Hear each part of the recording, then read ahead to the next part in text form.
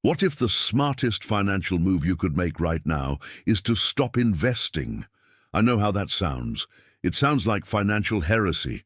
It sounds like the kind of advice you'd get from someone who doesn't understand how compounding works, or who hasn't read the right books, or who is fundamentally confused about how wealth is built.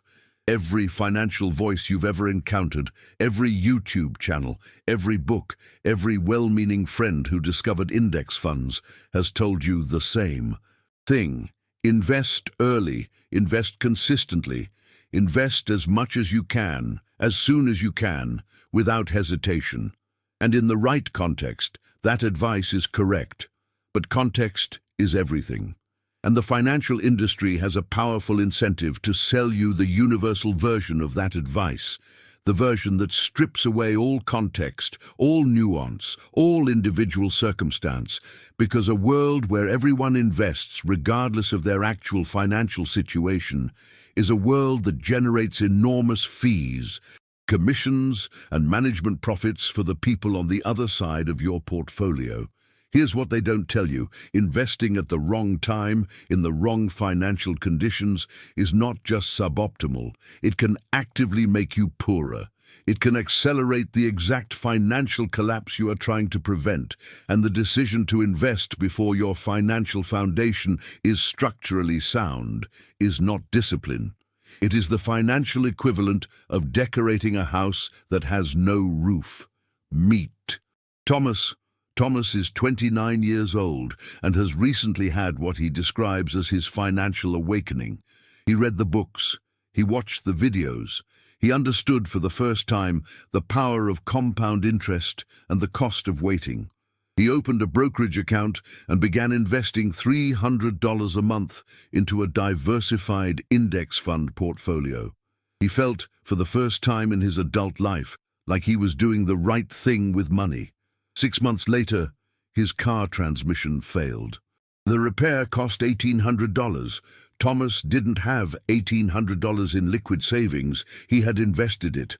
To cover the repair, he put the cost on a credit card at 23% annual interest. 3 months after that, a medical expense appeared.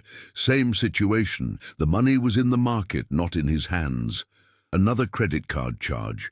By the end of that year, Thomas had a modest investment portfolio showing a 7% return and a credit card balance, accumulating 23% interest. He was, by any honest mathematical accounting, significantly poorer than when he started. Not because investing is bad, because he invested before his financial foundation could support it. Thomas didn't make an emotional mistake. He made a sequencing mistake. And sequencing mistakes in personal finance are among the most costly and least discussed errors in the entire landscape of financial decision-making. This is what I call the premature investment trap, the condition in which a person invests capital they cannot afford to invest, in a financial structure that cannot support the illusion of investing, driven by the correct understanding of wealth principles applied at the catastrophically wrong moment.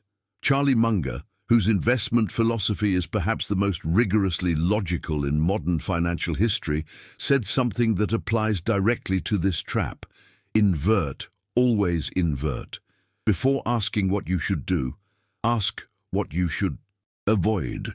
Before asking where to invest, ask what conditions must be true for investing to actually work in your favor. And if those conditions are not met, the most intelligent action is to create them. Not to invest anyway and hope the math works out. The math will not work out. Not when the foundational vulnerabilities are structurally more expensive than the potential returns.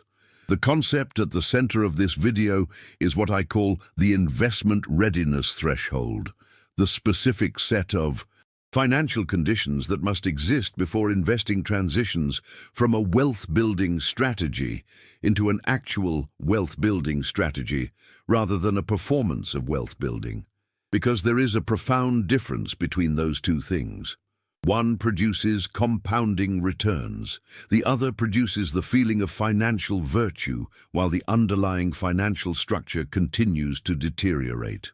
The first condition of the investment readiness threshold is what I call toxic debt elimination. If you carry high-interest consumer debt, credit cards, personal loans above 10%, any revolving credit with rates in the double digits, and you are simultaneously investing in instruments that return 7 to 10% annually, you are engaged in a transaction that only one party is winning, and that party is not you. The arithmetic is merciless. A 23% interest rate on debt is a guaranteed negative return of 23% on every dollar that could have. Eliminated that debt. No diversified equity portfolio, no index fund, no investment strategy available to a retail investor will consistently and reliably return 23% annually. Warren Buffett himself, the most successful long-term investor in modern history, has averaged approximately 20% annually across decades, and that performance is historically extraordinary. It cannot be replicated by simply buying an index fund. This means that for most people carrying significant high-interest debt, paying off that debt is not just a good idea, it is the single highest return investment available to them. It is a guaranteed return equal to the interest rate being eliminated. It compounds in the opposite direction, reducing the hemorrhage rather than growing the asset, and it clears the structural damage that makes every other financial decision more expensive. Benjamin Graham, the father of value investing, built his entire intellectual framework around one central principle: the margin of safety. You do not invest when the downside is uncontrolled. You invest when the structure beneath the investment is sound enough to absorb adverse outcomes without catastrophic consequence. A person investing with high-interest debt has no margin of safety. They are leveraged against themselves, paying more than they can earn, and calling it financial progress. The second condition is liquidity before growth. This is the emergency fund argument made specifically in the context of investing because it deserves to be made again with full force.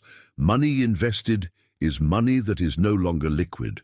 When you invest, you are making a trade, current liquidity for future growth. That trade is intelligent and powerful when you have sufficient liquid reserves to cover life's inevitable disruptions. It is destructive when you do not. The stock market does not care about your car transmission. It does not pause when your heating system fails, or when a family member needs financial help, or when your employer reduces your hours. The market moves according to forces entirely disconnected from your personal financial needs, and the person who is forced to withdraw invested capital at an inopportune moment, during a market correction, at a temporary low, in a period of volatility, will experience one of the most painful financial phenomena available: selling low after having bought high because life required it rather than intelligence suggested it. Ray Dalio's concept of the all-weather portfolio is built around a deceptively simple insight. The goal is not maximum return. The goal is resilience across conditions. A financial strategy that performs brilliantly in ideal conditions but collapses under adverse conditions is not a strategy. It is a gamble with favorable odds, until the odds turn, as they inevitably do. Your personal financial strategy must be all-weather before it can be growth-oriented. You need liquid reserves before you need investment returns. Not because growth doesn't matter, it matters enormously, but because a forced liquidation at the wrong moment can erase years of compounding in a single transaction. The third condition is income stability as a prerequisite. Investing requires a horizon. Compounding requires time, and time requires that the money invested can stay invested, undisturbed, consistently added to, allowed to grow across market cycles. This means that a person whose income is genuinely unstable Genuinely insufficient to cover basic obligations without strain, or genuinely at risk in the near term, is not yet in a position where investing serves their financial interests. This is not a permanent condition, it is a sequencing condition. And the intelligent financial response to income instability is not to invest anyway and hope. It is to address the income instability first. Build the second income stream. Acquire the additional skill. Create the stability that makes consistent, long-term investing actually viable rather than theoretically virtuous. Naval Ravikant's framework applies here with precision. Specific knowledge, accountability, and leverage are the three prerequisites for building real wealth. A person whose income is precarious has not yet secured the leverage necessary to make investing work across the necessary time horizon. The energy that would go into managing investments under conditions of income stress is better deployed in securing and expanding the income foundation itself. The fourth condition is what I call the financial clarity test. There is a category of investor who is technically ready to invest. No toxic debt, adequate emergency fund, stable income, but who begins investing without understanding what they are investing in, why, with what time horizon, and with what behavioral plan for navigating market volatility. This person will invest during the enthusiasm of a rising market and sell during the fear of a falling market. They will chase returns, they will react emotionally, and in doing so, they will transform what should have been a wealth-building instrument into a vehicle for financial self-sabotage. Robert Kiyosaki's most durable insight, whatever debates exist around his specific prescriptions, is this: financial education precedes financial action. The person who invests without understanding is not building wealth. They are providing liquidity for the person who does understand.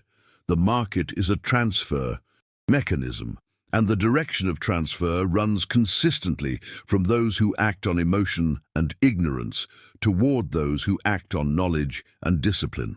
Before you invest, you must be able to answer clearly: what am I buying and why?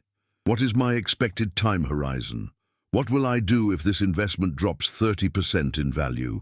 What would cause me to sell, and what would cause me to hold? If you cannot answer these questions with clarity and conviction, you are not yet ready to invest. You are ready to speculate, which is an entirely different activity with entirely different risk profiles. Now I want to speak directly to the resistance building in your mind, because I know it's there. You're thinking, but time in the market beats timing the market. You're thinking, the cost of waiting is compounding I'm missing. You're thinking, I've heard this argument used as an excuse to never invest, to always find one more condition to satisfy before starting. And those concerns are legitimate. The abuse of this framework, using it to perpetually delay investing under the pretense of preparation, is a real and costly error. I'm not giving you permission to wait indefinitely. I'm not saying the foundation must be perfect before you invest a single dollar. I'm saying this: the sequence matters. The foundation precedes the architecture.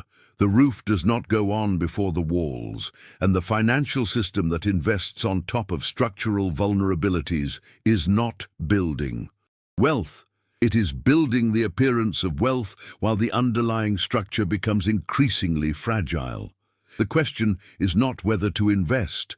The question is whether the conditions exist that allow investing to function as the wealth-building tool it is designed to be, rather than as an additional source of financial fragility in a structure that cannot yet support it. There is a version of your financial life in which investing works magnificently, in which the compounding is real and the returns accumulate and the decades transform modest, consistent contributions into a genuinely life-changing financial position. That version exists. It is available to you. But it requires the foundation to be built first. It requires the toxic debt to be eliminated, the liquidity to be established, the income to be stabilized, the financial clarity to be developed. Build the foundation, then build the architecture on top of it. In that sequence, investing becomes what it is supposed to be. Not a performance of financial sophistication, not a way to feel like you're doing the right thing while the structure deteriorates, but a genuine and powerful mechanism for converting disciplined present-day behavior into future financial freedom. The transformation I want you to carry out of this video is this: before you ask where to invest, ask whether you are ready to invest, not as a discouragement, as a diagnostic, as the most honest and most useful question you can bring to your own financial situation. Because the investor who builds correctly, in the right sequence, at the right time, will consistently and dramatically outperform the investor who started earlier but built on a foundation that couldn't hold the weight. Type in the comments, "I am building the foundation first," because that's where it starts, not with the brokerage account, not with the portfolio, with the honest, unflinching assessment of whether the structure beneath the investment is strong enough to let it actually work. Subscribe. This channel is for the people who want to understand money at the level where it changes outcomes, not just the surface level of what to buy, but the deep level of when, why, in what sequence, and on what foundation. That's where the real difference is made. Build the foundation, then build the future on top of it.